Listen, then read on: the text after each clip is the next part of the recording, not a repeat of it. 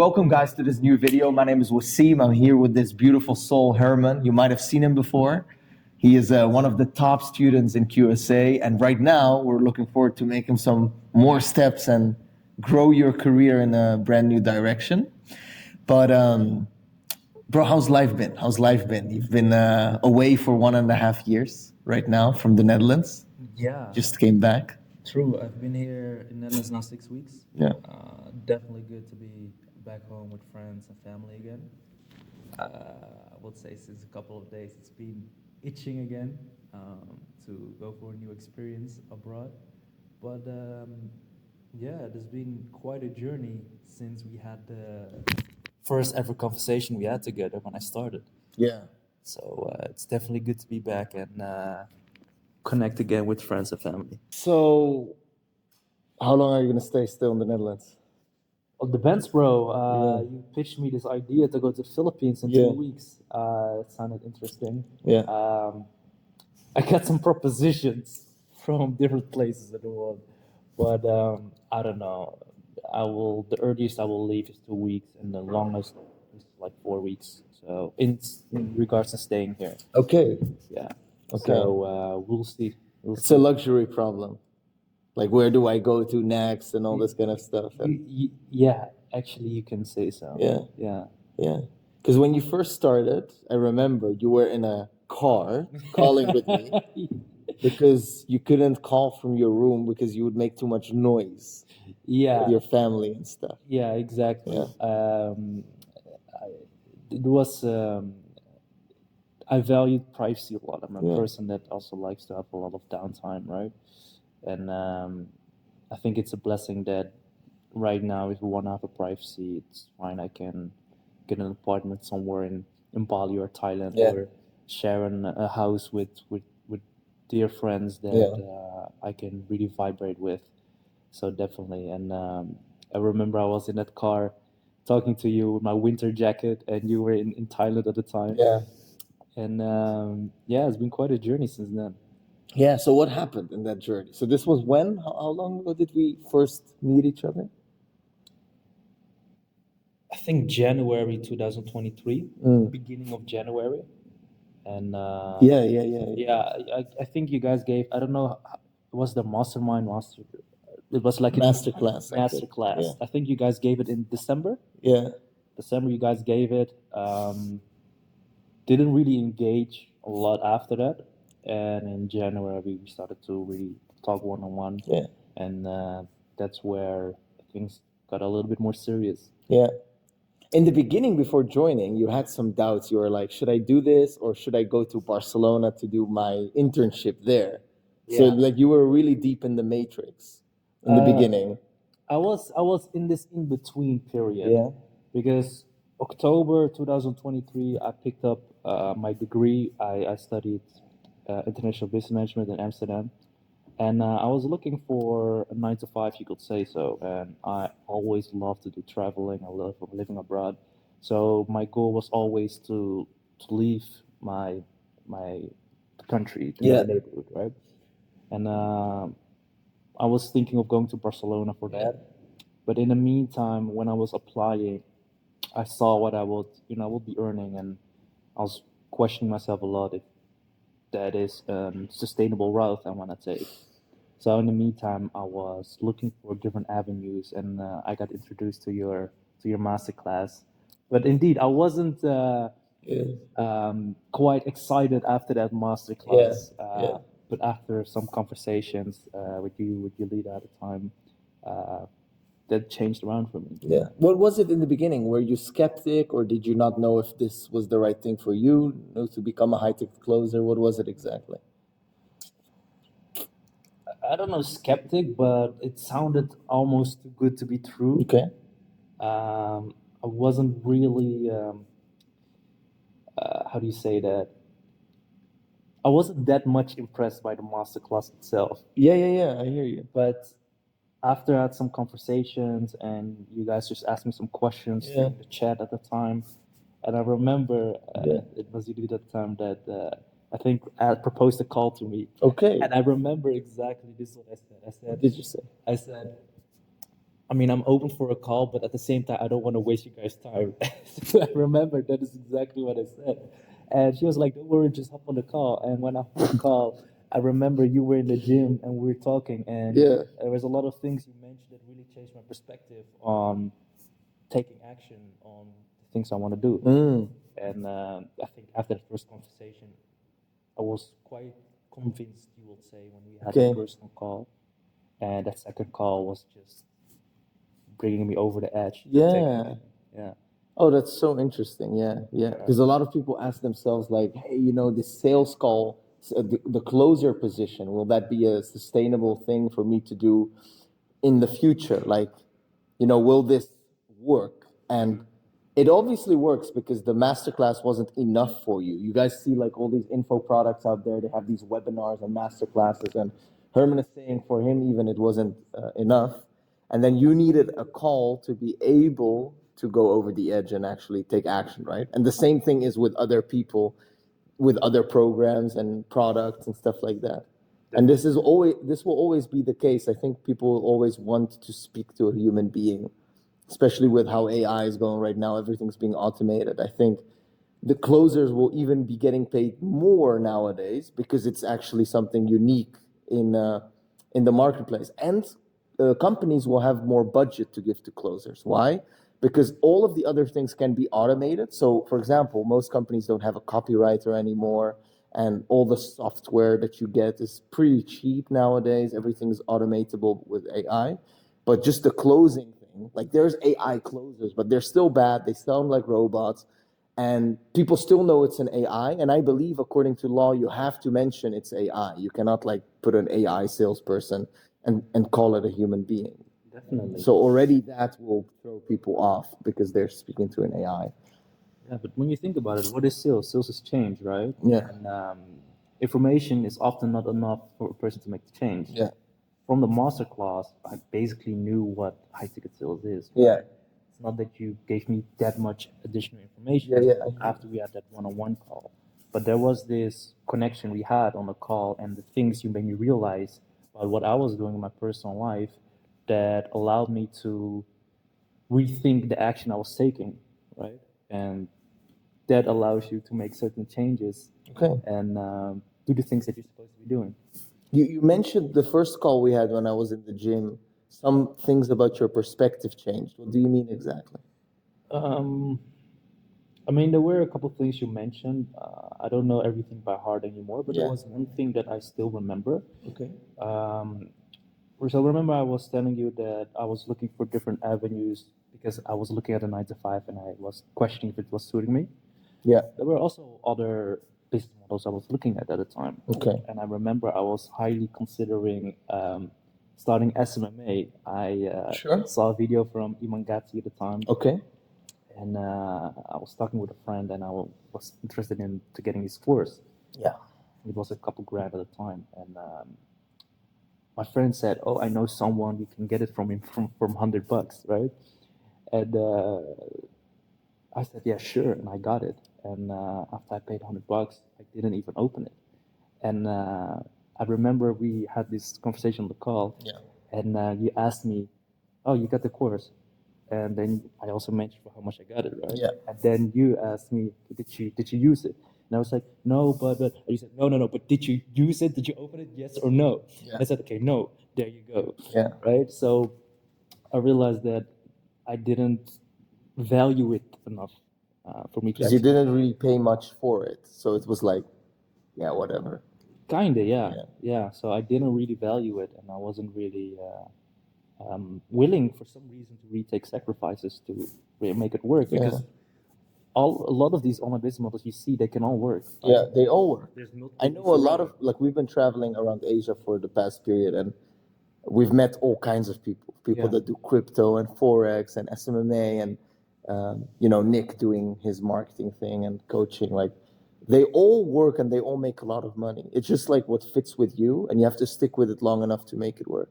And besides that, if you do decide on SMMA anyway, you have to do closing anyway. It's actually one of the most important parts of SMMA. So when you're having an SMMA, you have to run the entire SMMA and deliver to the clients and market for them. But you also have to do the sales calls. So So you're actually also being a closer, even if you're doing SMMA, Definitely. just with all the headache next to it as well, in addition, next to closing. Yeah. Yeah. And eventually, when they scale, of course, they would outsource it. That was outsourced, yes, of course, of course. Okay, cool. So you got started, and then you wanted to go travel. How long did it take you? So you joined QSA, and then when were you traveling already? How long? So I took a different route that a lot of people take. Sure. A lot of people, what they will do is they will start something, and they start earning to earn money, and then they start to travel. Okay. I did it vice versa. When I decided to join, that was also the moment where I thought, if I really want to grow and make it work, I should really step out of my environment. And I thought the best thing that I could do is put myself in an uncomfortable position to move out without and just quit my job and Sure. book a one-way flight to Bali. So beginning of Jan we started, and Yeah. 6th of February, so I think 4 weeks later, 4 weeks later, Yeah. I was in Bali, Yeah. and yeah, that's where I started to really work on it all the time I had. Yeah, and it's interesting because when you trust the universe and the process, it rewards you for it. Because when you took that thing, I remember immediately you got an opportunity, and shortly after that, you got the real opportunity, like the one that you closed hundreds of thousands of euros for.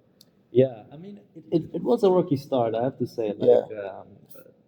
I think honestly, could have done it sooner, but I would say that the first couple of months was I was getting opportunities, but you have to go through adversity, and not every opportunity is a fit, right?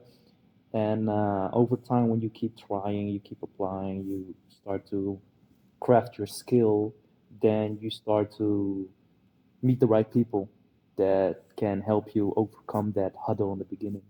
And often when you go over that first huddle, the second one is easy, the third Exactly. one is easier, and then suddenly you get to a point that maybe they come to you, right? Bro, of course, I always say you have to become the person that attracts it and deserves it, and then it'll come to you. So if you are in closing and you don't have a client yet that you're calling for, it's just because you are not good enough yet at the skill to be able to attract that.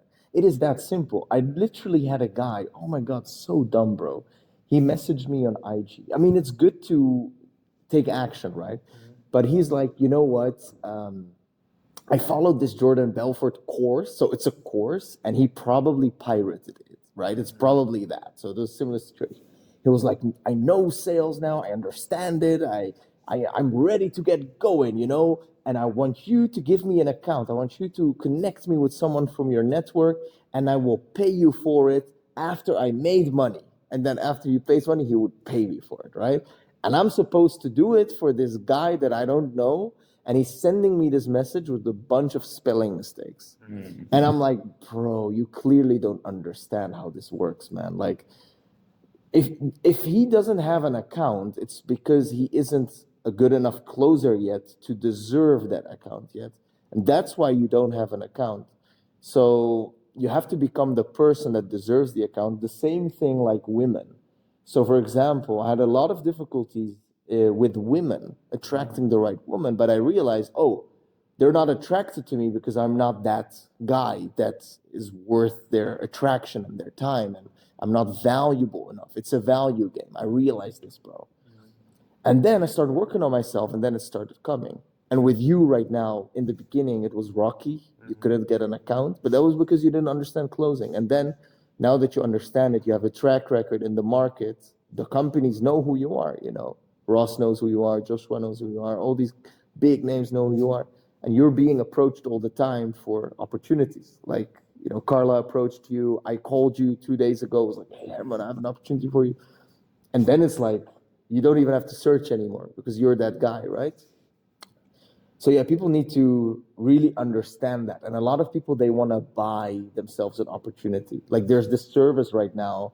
Ilias had a guy approach him. The guy was like, hey, if you give me $500, I'll give you an opportunity. And I'm like, bro, no, don't do that. Like, because you cannot buy yourself into an opportunity. You have to learn how to get it. You have to know how to be valuable enough to get those opportunities, because it's not sustainable to buy yourself into a company every single time.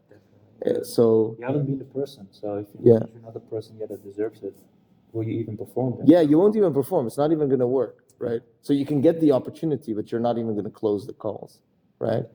So yeah, there's that thing. But anyway, it was rocky, and then let's say you got started your first good month, like with Ross, for example. How did that go? How much did you make, and what happened after that as well? Like, how much did your revenue grow? I'm curious about that. So my first account was a triage account. It was for the U.S. market, so that was my first account that I was on, and I remember I was super happy. I wasn't earning a lot at all, but No.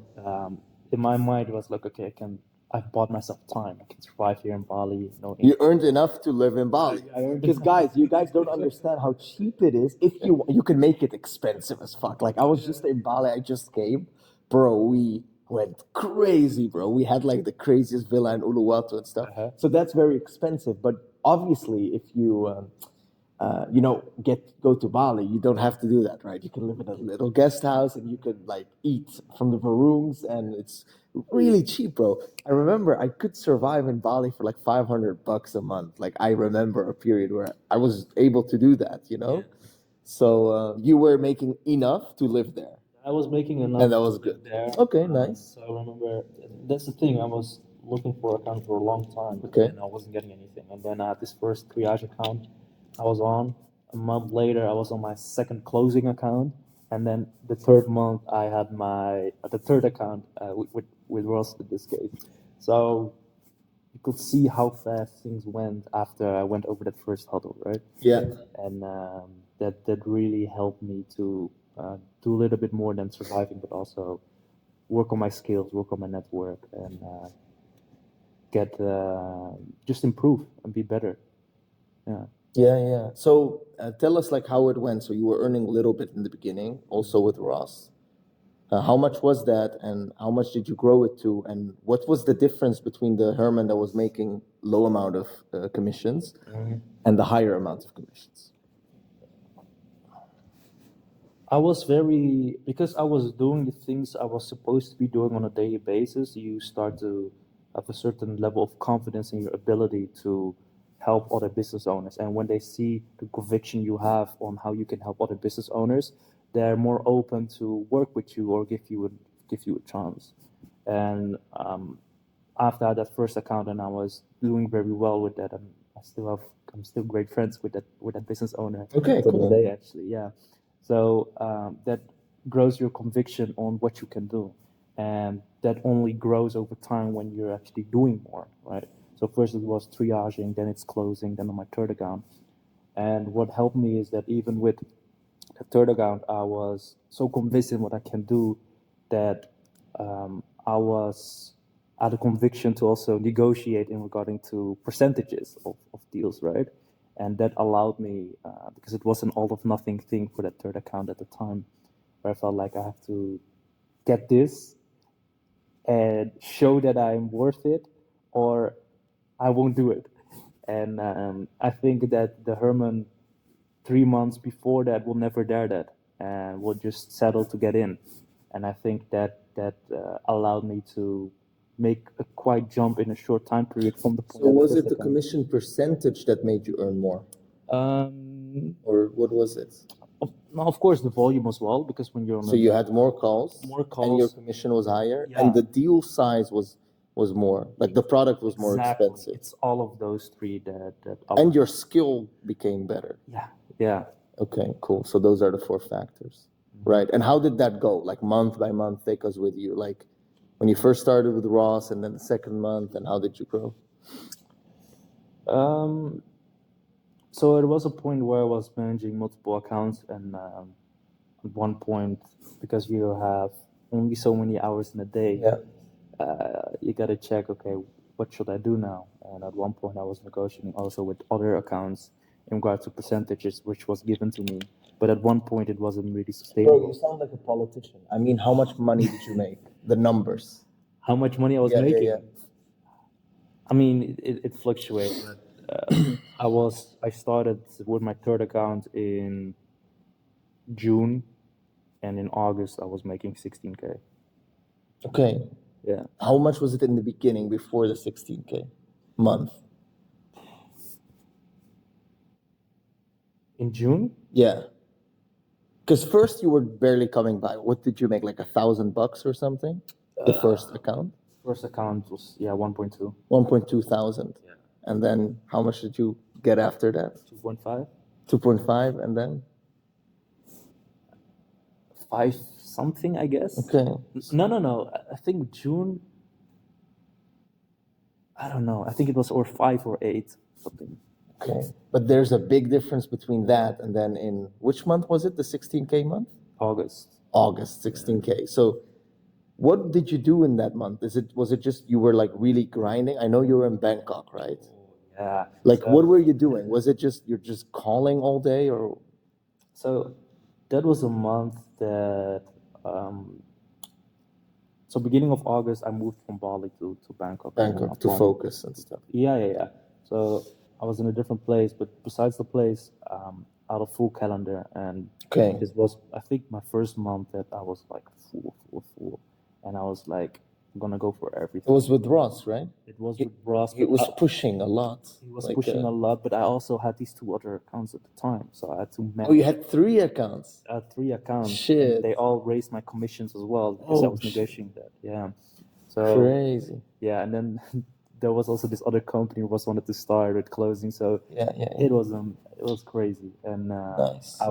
I was at a point where I was convinced of my skill, Yeah. and I had okay commissions. I had a full calendar. I had literally no excuses to just take it all. And You went for it, bro. I I'm went fucking for it. proud of Yeah. you, bro. Honestly. So, That was a good one. Bro, that's fucking so cool to see, bro. Like you're literally about to go to Spain, internship, Barcelona. Honestly, bro, we have to go to Barcelona. I haven't been ever yet. Do you know? Have you been to Barcelona? once, haven't been. like a few I years heard ago. it's good. Like we can go nuts there. I mean, again, I have a lot of propositions for travel, so I gotta check. Okay. I mean, Did someone invite you to Barcelona? No, but What happened? you asked me for Philippines in 2 Philippines. weeks. You've asked me for Spain. Everyone me to go to Morocco. I feel like going back to Bali as well. So I don't know yet. Shit. Only time will I tell. have the same, bro. Because honestly, Netherlands has been good. Like I've been here for just 3 days, but I've been doing a lot of shit. But that's because of Parkinson's law, you know, because you have limited amount of time. You want to cram everything in that time. It's like, you know, delivering your exam the last second in university, even if you know the entire year that you have to deliver it in that date. You still manage to give it last second, you know. And also about the negotiation thing, I think that's good value to give. Like a basic fundamental rule in negotiation is the person that is willing to walk away is the one with the upper hand. Right. And that's most likely the person that's able to win. So in negotiation, you were willing to, you know, you say you want this percentage commission. If they don't give it to you, you are like willing to walk away, and they feel that energy, right? And if you're willing to walk away, so Daniel G calls it the I'm good regardless mindset. That is so attractive, bro. Then people want to work with you. It's so interesting, bro. It's with simple things like even wanting to drive someone's supercar. For example, if you want to drive someone's supercar and you're needy, you're like, I want to drive this supercar, I want to drive this supercar. They don't want to make you drive it because you're needy. But if they have a supercar and you look at it, oh, it's cool, it's nice, and you don't act impressed, and they're like, yeah, how do you think about it? Yeah, I mean, it's cool, man, enjoy it, bro. And they're like, oh, what do you mean? Like, and then they want to impress you. They want you to acknowledge their car. So eventually they're gonna ask you, you want to test it? You want to go for a drive? Because they want you to drive it so you can be like, oh, this car is amazing. You're so cool for being able to afford this car. And then you can get it. And it's the same thing with girls. The same thing with girls. If you give them the vibe of like, look, I'm good regardless, you know, I know my value. This is it. then they'll become very attracted to you. But if you're needy and you're putting them on a pedestal, they'll be like, brother, ooh, you know. I think besides that you also attract the right people, you also set a certain standard for yourself, right? Sure. Okay, this is what I will do for this, nothing I less. mean, of course, yeah. And then you're like, okay, cool, now I'm getting that. Now I have to back it up, Sure. right? So I think it's also beneficial for yourself besides what you're getting, also to be on your shit, to deserve that as well. And Yeah, bro. But life's fucking good, man. Like growing, bro, it's so good. It's so cool to not know something and learn it and prove to yourself, holy shit, I was able to do it. There's no better feeling than that. So right now, like I've been doing sales for 8 years, and right now I'm also experimenting with different things, learning different skills, you know?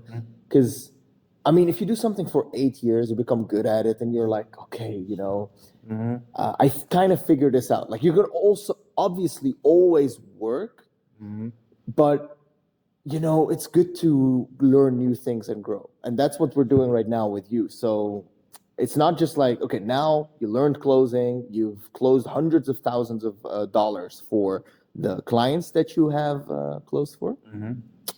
And you kind of figured out the game. And it's the same thing every single time on the call, right? So you want some more challenge, right?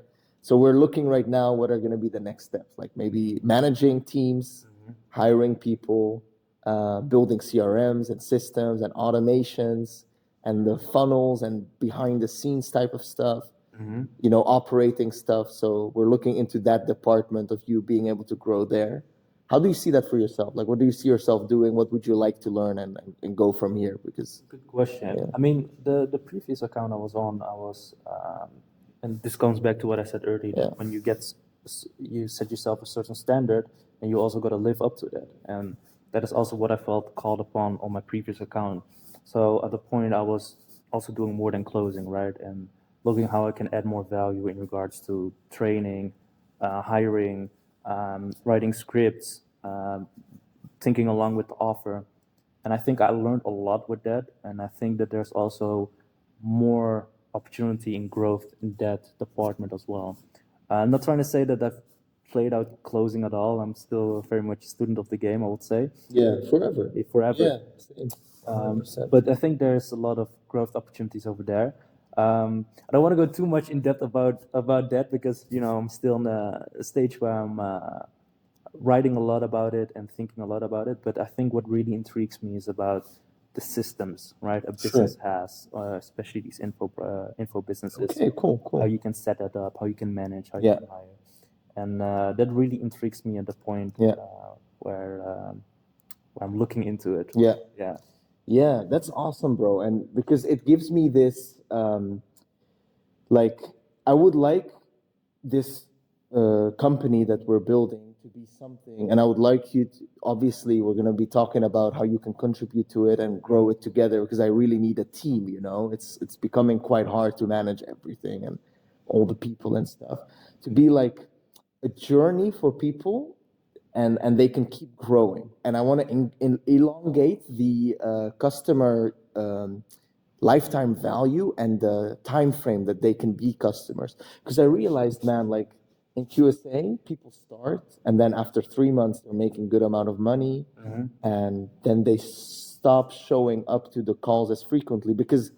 I mean, the calls, there's only so much I can say about sales. It is quite repetitive, but it's the same with like, if you become a professional boxer, right, and you go to your coachings, like the way your coachings look like in the beginning of your career are very similar to the end of the career. It's just like you going there and sparring and doing like practicing like a jab, like freaking hundreds of times, and then with the left one, and it's just like a boring training session, right? And it's the same like from the beginning to the end, and it's kind of like this as well, right? So I understand like people become a little bit bored to attend after a certain while, especially if they're making money and stuff like that. But I want to elongate that period. So take it from 3-4 months to having them be there for like a year or two. So I'm thinking about it like this, like thinking about having a different company, a different course. Actually already got the domain and stuff. It's called the Communication Academy, TCA. It is for people. I mean, can you check the camera if it's on? When? Okay, but this one is on. Is running? Yeah, it's running. That's all good. So having people start that aren't even related to sales at all with the Communication Academy, and then they can start learning social dynamics, psychology, communication, stuff that everyone needs. So it's kind of like a product for the entire market, right? There is no niche because everyone needs to learn this communication. Right. And then within that, I introduce QSA as in like, oh, you want to make money while doing, while with the skill of communication, which you've learned now.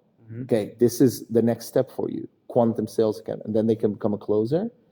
And after QSA, this thing, right now I'm doing it with you. I have some one-on-one clients. I have Mo, I have Ibrahim, I have Amir, I have Luca. These are all coaches that I am helping build their business, right? And it's kind of like in an experimental phase, kind of like around a 10K offer that I did with them to build it out for them. But this is kind of like how I see it growing. So I'm like right now learning everything to be able to grow them there and have this whole thing become a big journey for the people that join. You know what I mean? Definitely. And Yeah. you know, So very long term, like from communication, like like a school, like kindergarten, and then you have middle school, high school, and then university, and I have to have all of those stages within this. Yeah, but it comes back to what you said about how great growing is, right? Yeah. I mean, for example, when I was in Bali struggling, Yeah. one of the happiest days at the same time, I was in a guest house with Ruben and we were really working. And the reason we enjoyed it as well was because we know we were growing and taking steps forward. Sure. And I think everyone at one point when you're closing a lot, you're asking yourself, okay, what is the next step in regards to me growing, right? Yeah. And you can go even deeper in that sales process. But if you also have another route to improve yourself in, for example, building other people's businesses or start your own, Yeah. why not? Exactly. Yeah. So that would be the third company, which is like a step after QSA, which we are building. And we can definitely work on that because I definitely need a team for that. And you want to learn the systems. We're about to jump into a session right now, teaching you a bunch of things about that. And then perhaps you could be doing that for those businesses, right? Building those systems out and stuff like that. 100%. And we can have kind of like a done for you offer. It's also possible. Yeah, it's like sort of plug and play. Plug and play, yeah. So we Systems, just put go it in there. Yeah. It makes sense because we can make it a done for you service, which a lot of business owners love because they don't want to spend that much time. But there's also people that actually want to learn how to do it. And I kind of vibe with that a little bit more for now. I vibe with the teaching thing more than the do it for you thing. Right. Because I don't really vibe with done for you stuff. Like I have worked with a couple of marketing agencies before. They just don't get it. They don't get my vision, and they try to make these ads and stuff like that, and it just doesn't translate properly on the ad. Amir, can you fix the light? So the best companies that I've seen so far with when it comes to their marketing is always internal. It's always the internal team doing the marketing because the internal team gets the vision and stuff like that, right? So I am all about learning things yourself and building things from the inside, That's why also when we give out closers to companies, I like to just give the closer and the company takes it over instead of me running and managing that whole thing. I get you. If that makes sense, right? So yeah. Cool. How's the camera? It's not turning on.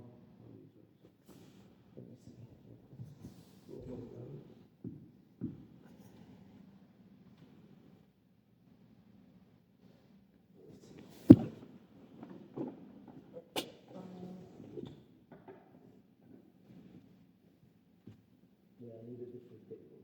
You can get that. Is the quality not so good? Is it fine? Okay. Yeah, it's all this technical shit, bro. I swear. That's why you need someone behind the screen to be taking care of this.